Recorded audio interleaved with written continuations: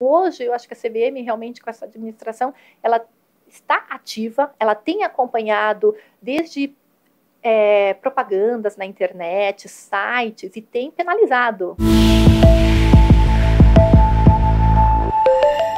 A Andréa Sano, advogada especialista em mercado financeiro e de capitais, vai nos explicar algumas das principais mudanças no mercado de fundos de investimento aqui no Brasil. O que vem acontecendo? Olha, Luciane, acho que desde 2011, quando a CVM colocou em audiência pública a revisão da antiga Instrução 306, que é a instrução que trata do credenciamento dos administradores de carteira de valores imobiliários, os gestores, por exemplo, de fundos de investimento, a gente vem vindo com uma ebulição, discussões e tudo mais, porque até então a gente tinha uma disparidade. A Instrução 306, ela, do órgão regulador CVM, ela exigia menos requisitos do que o órgão autorregulador, Anbima. E, claro, havia alguns itens como distribuição de fundos, cotas de fundos de investimento, que era uma demanda dos gestores, já que eles é que tinham um relacionamento com os clientes. Então, tudo isso veio vindo discutido. Saiu a nova 306, a atual Instrução 558, cujo prazo de adaptação termina no dia 30 de junho desse ano. Então, a gente vê aí essa ebulição, porque muitas hastes estão trabalhando na revisão das suas políticas.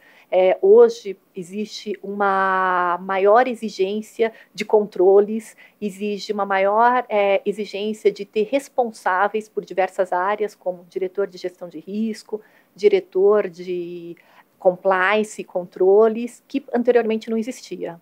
Além da Instrução 558, entra também em vigor o novo Código Anbima para a indústria de fundos, dia 1º de julho, logo na sequência, que justamente visou o quê? Padronizar. Então, realmente é um momento de muitas mudanças. Como é que está a adaptação dos fundos? Há muita demanda pelo seu trabalho? Muita, e o que acontece? Acho que todo mundo acabou deixando para esse semestre, e quase nos últimos meses. Então, esses últimos 2 meses, a gente percebe que todo mundo está correndo, querendo entender o que tem que ser feito. Então, acho que um dos principais trabalhos, realmente, é toda a revisão dos processos. Quer dizer, sem essa revisão interna dos processos, fica difícil realmente você trabalhar na adaptação de todos os manuais, principalmente na parte de controle de risco, a política de gestão de riscos, que hoje ela tem que ser muito clara no sentido de monitorar, mensurar e promover os ajustes, sempre de forma permanente. Então, realmente, a gente está muito envolvido e trabalhando nisso. Além disso, a CVM também ela passou a exigir algumas informações, né? Hoje é exigido um formulário de referência, exemplo do que as companhias abertas têm. Então, anualmente, os gestores eles devem preencher esse formulário de referência. Esse formulário de referência apresenta diversos itens como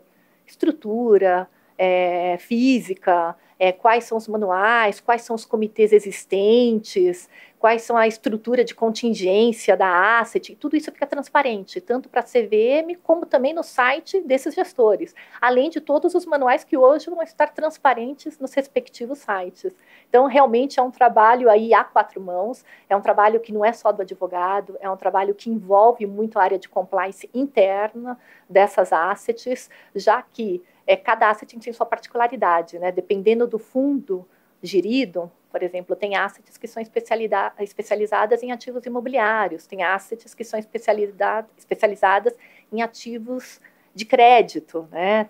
Outras de renda variável.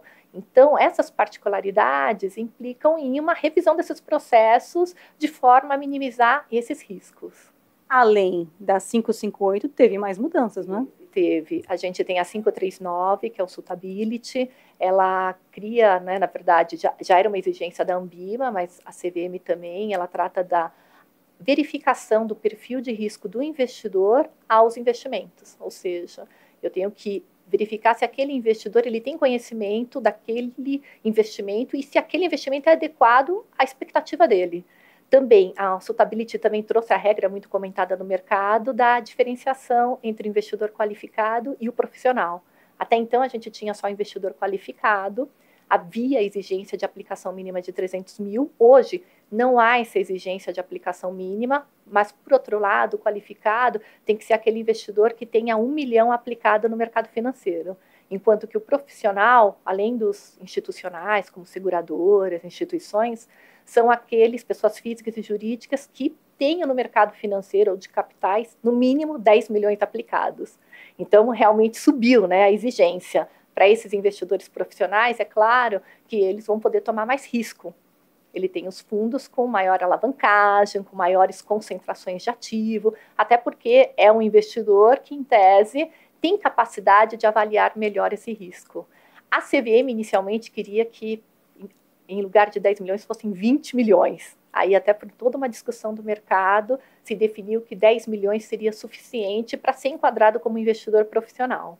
Além também da suitability, a instrução 555, que trata dos fundos, digamos, mais padronizados, os fundos de ações, multimercado.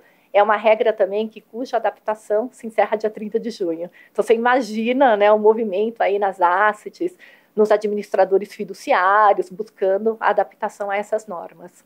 O mercado financeiro de capitais, esses mercados, eles são muito criativos, né? Eles visam o lucro diante da situação no momento.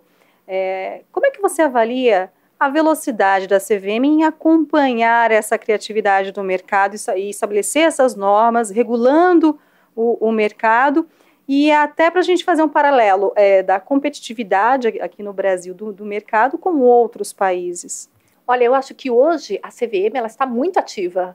Pra você ter uma ideia, assim, fugindo até um pouquinho disso, a gente tem situações, por exemplo, é muito comum investimentos imobiliários, né? Investimentos imobiliários, participação em cota de flats, né? Às vezes você tem algum construtor que quer vender participação no empreendimento imobiliário, e muitas vezes, até por inexperiência, aquele construtor divulga, monta um site, fala, você não quer participar aqui da minha empresa? Estamos juntando um grupo para construir um empreendimento, para o mercado imobiliário estava, né, ele estava realmente em ascensão, agora não tanto.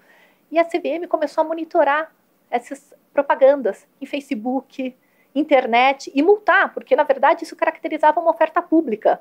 Então, a gente começou a perceber uma postura muito ativa da CVM. Então, hoje, eu acho que a CVM, realmente, com essa administração, ela está ativa, ela tem acompanhado desde propagandas na internet, sites, e tem penalizado. Então, hoje, realmente, eu percebo, assim, toda essa reforma regulamentar foi um resultado dessa aproximação da CVM com o mercado. Essa lutar, claro, porque implica numa melhor proteção, uma maior transparência, né, junto aos investidores, e isso realmente era algo que era necessário.